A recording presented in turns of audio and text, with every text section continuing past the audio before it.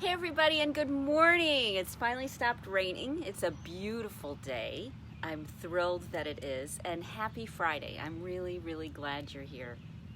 So I'm Rita Hickman, body mind expert, shiatsu massage therapist, and I help women who are in narcissistic or toxic relationships get out of them or make them better or feel better or clear the brain fog and get the energy back and get back on pace and heal and move forward in your life. And I work on a level of body and mind. I work on the level that most people ignore, that most people, that you're not going to find in therapy, you're not going to find in physical therapy. You'll find somewhat in energy work, but it lacks a lot of the science to back it up, and so it's kind of hit or miss. So I really work with how everything sort of integrates and works together. How your spirituality works with your mind, works with your heart, works with your body, and how they all work together. So today is actually one of my fun topics. And this is a topic about how our thoughts and our emotions, or even especially a narcissist's thoughts and emotions, directly affect our DNA. So, okay, if you've been with me for a while, you already know that, we entrain to our environment. The 5 people that we spend the most time with is what we start to become like, because we entrain to them, similar to, women being on the same menstrual cycle or clocks ticking. You remember that old experiment, clocks ticking and entraining to music, entraining to group think. We all, when we're, whoever or whatever we engage with, is what we start to entrain to, unless of course we're a little bit of the stronger energy, unless we're the leader, unless we're the leadership of the group, directing it where we want it to go, which is kind of what I want all of you to start becoming, the direction you're moving in. You're moving in the direction to being the leader of your life, to being the leader of the people that you care about and that you love, to show them that there's a whole different way of thinking and being, and that they'll be much happier and healthier if they start moving in that direction. And you do it by role modeling, and you do it just by being you, because they will entrain to you. So our thoughts and our emotions, which are impacted by our environment and our past, directly affect our DNA.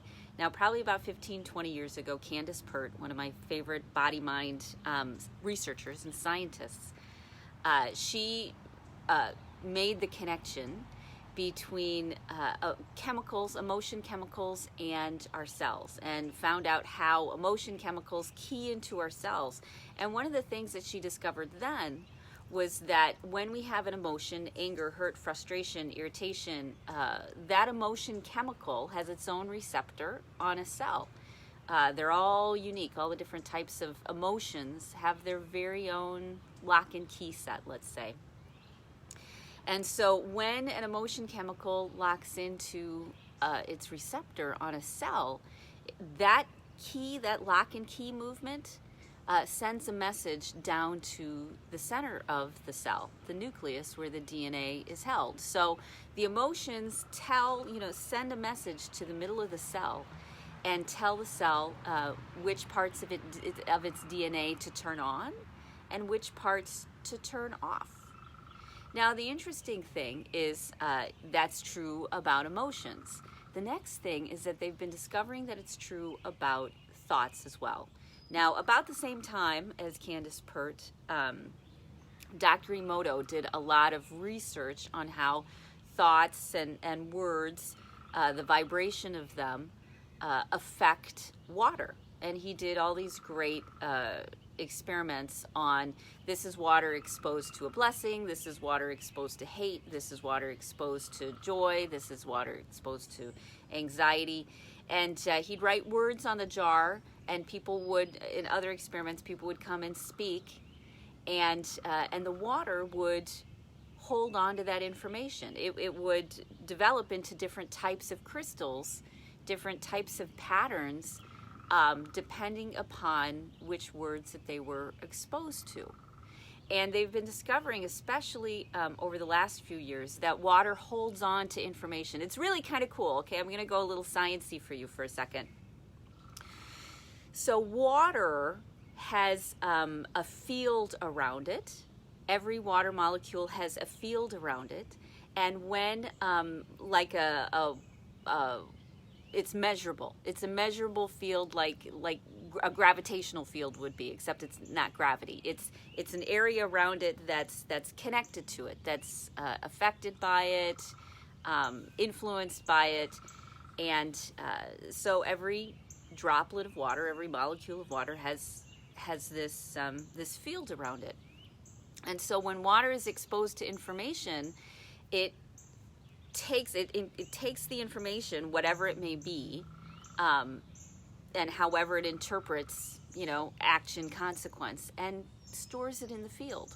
So water has been found. In fact, they're going to start within the next 10 years or so start using water as a basis for computer chips, because the amount of information that water can store, because it stores it in this field, right? It doesn't store it directly in the droplet. It's kind of a warehouse for information. So it's to the point where they're going to start using them as the next level of technology, as the next level of chip development and memory technology for, cars and things like that. It's really very cool. Now, interestingly enough, your DNA and the water in your body have a very similar effect. So the words that you think talk to your DNA. The words that you hear, which, as we know, are the words in your environment from a narcissist, it talks to your DNA. And it tells your DNA, go left, go right, go up, go down, turn this off, turn this on. It tells your body, including your DNA, how to be shaped, what to do. We always thought that life came from our DNA and sprung forth, but in reality, our DNA is shaped by our thoughts and by the emotions that we have. They're shaped by that. So this is how we end up starting to create, just like the water in our body is shaped by the information it holds, the memories, the beliefs, the fears, the conflicts, the television show that you watched when you were 5, whatever it may be. So your thoughts and your words and your emotions, which are coming from your environment, the environment that you choose to create for yourself, is what keeps you healthy or keeps you sick. It shapes your DNA in that direction. That's why I push so hard with everybody to be like, do your own work. You have to do your own work. We have to break the pattern of blaming other outside external influences, even though we can, even though it's totally justified, even though it totally is, wrong, but it's not going to get us anywhere. The only way you're going to get where you want to go, the only way you're going to get healthy, you're going to shape your DNA into a healthier form, you're going to evolve your brain to thinking at a higher level. The only way you're going to do that is by starting to change your environment and changing your internal dialogue and clearing out, emotionally clearing by crying or sweating or peeing or whatever it may be. Emotionally clear any thoughts or feelings or emotions that are stuck, And trust me, if you've been with a narcissist, you probably have billions which are stuck. Because every time that you stuffed it down, every time that you closed your mouth, and we all have to do that. Every single one of us has to do that in a relationship, of course, except for a narcissist. Somehow they found nice people who, will take all that crap. But we all, if you want to have a good relationship with people, you have to sometimes keep your mouth shut. You can't express what you need to express or what you're feeling with the person or in the moment. But the key to this is that you find another time or another place or another way to express it so it doesn't get stuck. Because when it gets stuck, when those chemicals of emotion and those patterns of emotion get stuck, then every time somebody touches that, you're going to feel angry and conflicted and want to lash out. And being in that state of mind affects your health. Being in that state of mind of anger and hurt and frustration, it affects you on a molecular level. It affects you on a DNA level. And so although it feels really good to be angry at narcissists, and they deserve it, feels really good, it's important to allow yourself to unstick that emotion, to feel it, and then to start creating different words in a different environment for yourself. Because you really do have everything that you need to heal. You really do have all of it. You just haven't been learning how to shape it. You've been learning through these live streams. But this isn't stuff that people are talking about. This isn't stuff that's in Western medicine. This isn't stuff that's explained well coming from indigenous medicines or energy medicines. A lot of those things are still very cloaked in metaphors, cloaked in stories which are difficult for people to understand and difficult to see how they relate to the life that we're living, the contemporary life that we're living. You know, you can't, it's not realistic for you personally to go live as a Buddhist monk for the rest of your life. It's not, you know, in line with you for you personally to dig down and find that 1/1000th of a Cherokee grandmother that's in your life and try to adopt those ways, because that's not you. You can go deeper into it, you can explore it, you can embrace it, but you have to deal with the you that you are now, and working with the thoughts and the beliefs and the ideas and the emotions that are contemporary to you, that you understand, that trigger you, that work with you, that you like. That's why I don't attach myself to any one strong belief system. They're all the same truths, but you have to find the thing that works for you. You have to find the words and the thoughts and the emotions that work for you. So you have to start breaking that chain, even though it's really, really hard. And you do it one small piece at a time. And healing always takes longer than you ever expect it to, than anybody ever wants it to. It seems to take forever, and it seems like everything's against us.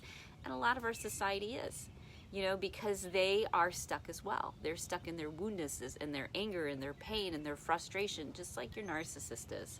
Your narcissist is just like the canary in the coal mine for our society. They're saying, look, this is how screwed up we are. They're saying, see, this is why I'm here. And so people who normally might have been able to keep that stuff under wraps, they can't keep it under wraps anymore. And so we're getting more and more narcissistic behavior, more and more, let's equate it to survivalist behavior, emotional, immature, survivalist behavior that's destructive more than it is creative and positively transforming. And that's why you can't attach yourself, or you have to keep working on not attaching yourself to the thoughts, feelings, and emotions of the narcissists that are around you. Because you're not going to get away from them, but you can create an environment. Sometimes the environment is you get rid of them and you find a safe, loving space where you can start getting the nourishment that you need and start expressing yourself and, you know, start becoming more whole and evolving how you think. These live streams are part of it. You know, maybe you stay, but instead you shore yourself up and you get the nourishment that you need and the friendships and the connection and the environment. So 90% of your environment is supportive and grounded and nourishing, and only maybe 10% of your environment is the sick person who has mental health issues which they're not figuring out, and they're staying stuck in their wounds. You know, so if you want to change your life, if you want to change the life of the people that you love, including the narcissist, if you want to change the lives of people on a bigger scale, then you have to start with you. You have to start with creating a life and an environment and an internal world that works for you, that isn't based on the messages and isn't based on the anger and the negativity and the frustration that you have. Now, this does take some time, for sure. It absolutely takes time. But when you get the support that you need, when you start to support yourself, when you start to detox and unstick some of these emotions, when you start to do things that love and respect yourself, when you start putting habits and practices into place that help keep you in a good space, that's how it changes. It changes from that big picture changing. It changes from how you live your life. You live your life differently. And it starts with, with thinking differently, giving yourself different words, even if you don't believe them. Surrounding yourself with different language, reading different books, putting different Post-it notes up, and making a real effort in your life every day to move one step in that new direction, in that direction which is where you're supposed to go. What I like to call your greatness. Some people take issue with me saying greatness. And when I say greatness, I mean the person that you are meant to be. The person that Spirit has meant you to be, God has meant you to be, a higher power has meant you to be, or just genetics in the universe has meant you to be. Because this isn't just emotional, mental, and spiritual. This is also physical. This is also real world. This is how we work. This is how our bodies work. And it's been proven over and over. It's just not the science that's getting out there. Your thoughts and your feelings and your emotions, like all of those spiritual traditions, all of those new agey traditions have been telling you, is backed up by science too. So it's important to take that next step. And if you really want to change, if you really want a better life, if you really are done and tired with being angry and hurt and frustrated and aggravated and stuck, you can do this. You can do this because you're watching this live stream. This is how you do it. It's as easy as that. You start changing your environment. You start changing the things you put in your head. You start changing the things you put in your body. And when that happens, you start to move forward. It's not because anybody else is doing it. It's because internally you're making a different decision to live your life differently than you've lived it before. And that's how you're going to get there. That's how you're going to heal and get unstuck. And that's how you're going to be in a better space, okay? So if you want to be part of a community that's supportive and loving, taking that step, it's easy enough. This is easy enough. Go to Facebook, find Healthy Mindsets to Cope with Narcissists, and join the group. And if you've already joined the group, easy enough, invite some people that you think might be supportive, or share the posts with people that you think might really get great benefit. Because out of your healing and out of your joy and love, we need to broadcast this out, just like I'm broadcasting this live stream. We need to broadcast this out and become a circle of women and men and people that want to move in a positive direction and support each other through that process. Whether you have a narcissist in your life or not, this is who you're supposed to be. You're supposed to evolve into that greatness, into that higher version of you, because the world needs you. And fortunately for us, we had narcissists that came into our lives to speed up our healing, didn't we? We had mean people to come into our lives and not let us get away with anything. Not let us sit on our laurels and just coast through life and be judgmental or frustrated or angry and stay stuck our whole lives. We ended up, we looked for and we found people that would challenge us to become a better version of ourselves. Aren't we smart?